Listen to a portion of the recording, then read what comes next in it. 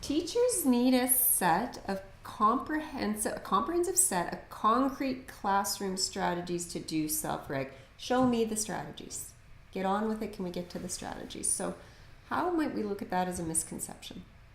There are a number of ways that I understand it. First of all, I mean, if I could have that as a teacher, I would welcome it.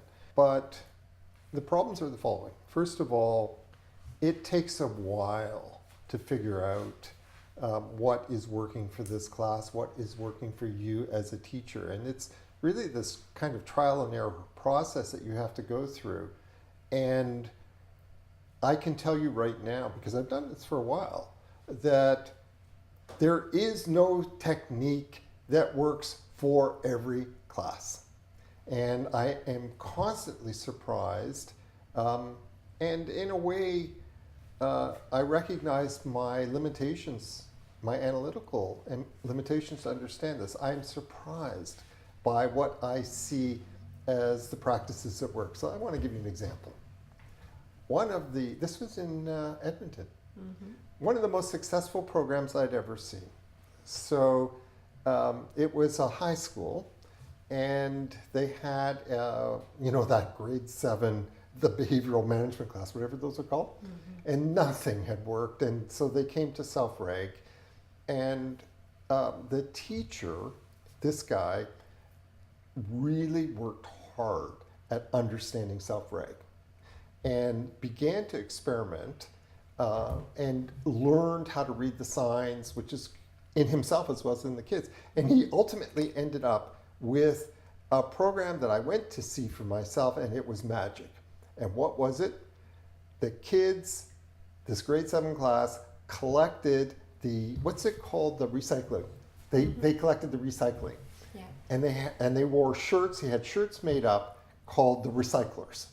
And the kids were incredibly proud of wearing their shirt, and they were incredibly regulated when they got to do their collection. So I can't believe there's another school, another class in the world where that would work. Maybe it would with the new consciousness that's emerging. I don't know. But it was an example for me of how much reflection, how much experimentation it took before he hit on the solution that worked for this group. And I've seen the same thing over and over.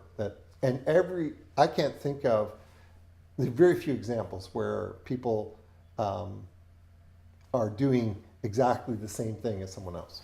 I don't have any where they're all doing the exact same thing, and it changes it within a year to year as well.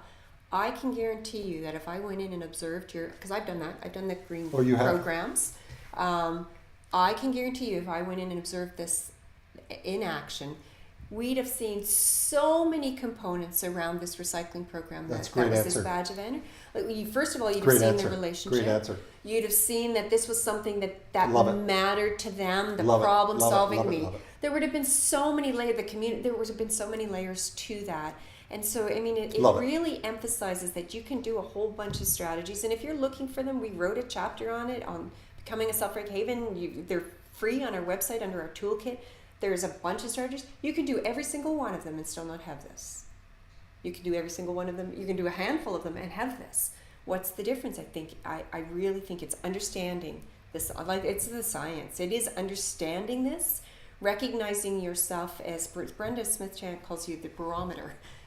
That fellow in Edmonton that you're telling me about, it was a family environment. He set this up in relationships. There were different strengths. He was constantly doing the why and why now, whether it was systematically or just something that he was always trying to figure out. I love it. Right? And that's where the magic is. So, you are the strategy. You are the strategy. So I got to share again. I love your shares. Okay, so did you ever read that book I told you to read called Houseboat Chronicles?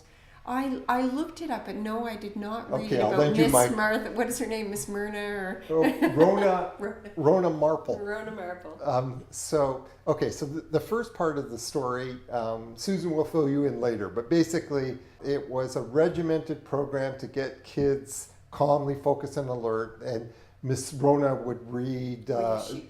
Yeah, and the school. Yeah. But here's the most interesting part of that book. So.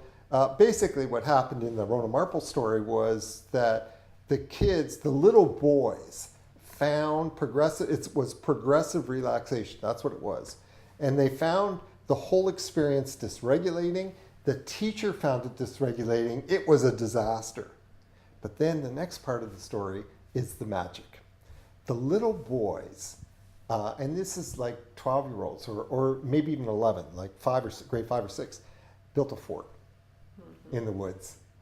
Totally regulated. Completely different. Isn't that something? Yeah. So it's not that we don't think strategies are important. I personally try to always include them, and I know that that's what people are looking for. But it's also a sign to us, and we're working on resources for you that will help with that. It's also, though, a sign for us that you're really early in your understandings of what this is. And that's good. I wish it was so simple. Truly, I do. I really do. It's not. We have to learn about this deeper, the process, and it's about ourselves as well. And it does come. It takes a little bit of front-end investment in learning. You can do that with us. So it's an important one. Thank you. Good.